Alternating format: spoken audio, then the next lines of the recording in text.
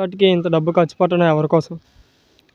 అసల విశాఖపట్నానికే తలమానికమైనటువంటి ఋషికొండని ఎప్పుడో వందల సంవత్సరాల క్రితం ఒక ఋషి గారు ఉన్న దాన్ని, అదొక పెద్ద పవిత్రమైన ప్లేసు. దాన్ని ఈ ఈ ప్రభుత్వం ఆయన సొంత జలసీ కోసం, విలాసం కోసం దాన్ని పడగొట్టి అంతకుముందు దాంట్లో విశాఖ టూరిజం రెస్టారెంట్ ఉండేది. దానివల్ల ఏడాదికి 10 కోట్ల వరకు గవర్నమెంట్కి నిధులు వచ్చేవి.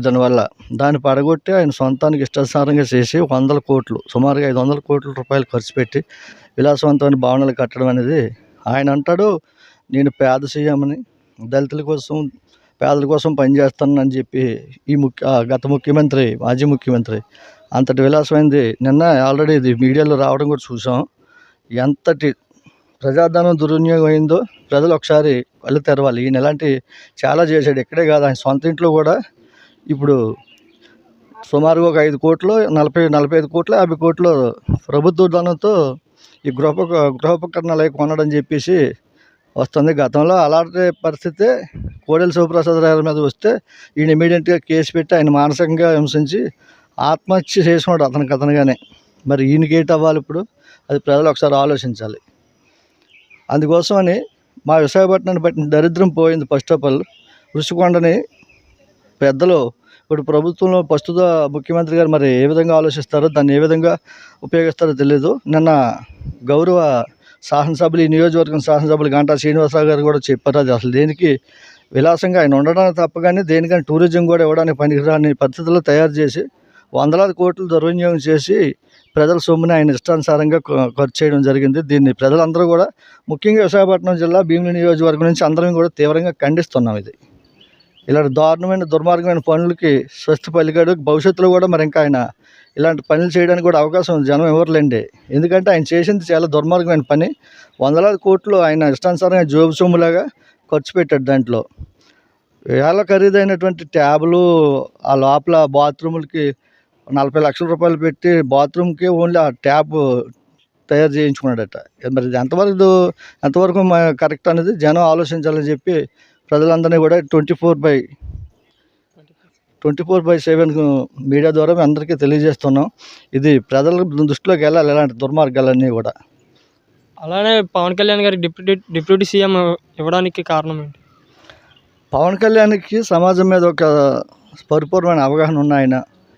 ఈ రాష్ట్రంలో 10 ఏళ్ళ నుంచి ఆయన కూడా ప్రతిపక్ష హోదాలో ఉన్నట్టే పార్టీ పెట్టి, ఆయనకు సుదీర్ఘమైన రాజకీయ అనుభవం ఉన్నట్టే లెక్కనే. డిప్యూటీ సీఎం ఇస్తే దానివల్ల చంద్రబాబు నాయుడు గారు కూడా కొంత పని తగ్గుద్ది. ఈయన కూడా డిప్యూటీ సీఎం అంటే ఇంచుమించు ఆ రేంజ్లోనే ఆలోచిస్తారు. మేమైతే పార్టీలకు అతీతంగానే చెప్తున్నాం ఈ విషయం. ఎందుకంటే పెద్ద ఆయన 73 ఏళ్ళు డిప్యూటీ సీఎంగా ఉంటే ఈయన కూడా కొన్ని శాఖలు కీలకమైన ఇచ్చారు. కాబట్టి ఈయన కూడా ఆ విధంగా అధికారులు కానీ, పబ్లిక్ పనికి వచ్చిన విషయం కానీ, ఇవన్నీ ఆయన కూడా అట్రాక్ట్ చేస్తారు. ఆయన చేసి దానికి ఇవ్వడం కూడా సముచితమైన స్థానంగానే మేము భావిస్తున్నాం. అలానే ప్రభుత్వ ఆఫీసెస్లో చంద్రబాబు నాయుడు ఫోటోతో పాటు అలానే పవన్ కళ్యాణ్ గారి ఫోటో పెడుతున్నారు కదా, దానిపై మీ అభిప్రాయం ఏంటి?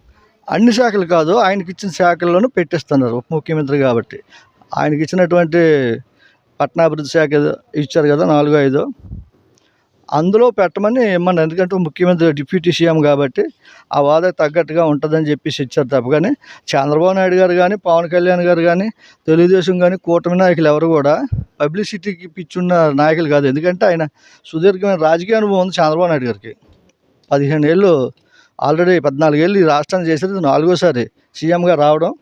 ఆయనకి ఏమీ పదవులు కానీ ఇవి కొత్త కాదు. ఇవి ఆయన అభివృద్ధి సంక్షేమం అనే టైప్లోనే ఉంటాడు. ఈ 5 ఏళ్ళు నష్టపోయింది. ఈ 5 ఏళ్ళు ఆయన మళ్ళీ ఇప్పుడు పూర్తి చేయాలి. ఆయన ఇలాంటి జగన్మోహన్ రెడ్డి గారు ఇలాంటివి ఎన్ని చేసి ఉంటారు? విశాఖపట్నంలోనే తీసుకుంటే రాష్ట్రం వదిలేద్దాం మనం. విశాఖపట్నం బీచ్ క్యారిడర్ తీసుకుంటే మీకు ఫిషింగ్ హార్బర్ దగ్గర నుంచి మీకు భోగాపురం సీసోర్స్ రెస్టారెంట్ వరకు వెళ్ళేంత వరకు 2 కిలోమీటర్ల లోపు ఆ బీచ్లో నుంచి ఎక్కడ ఏది కూడా వాళ్ళు ఉంచలేదు. మనకి రాష్ట్రానికి, దేశానికి తలమానికమైనటువంటి ఎర్రబెట్ట దెబ్బలు చూసారా?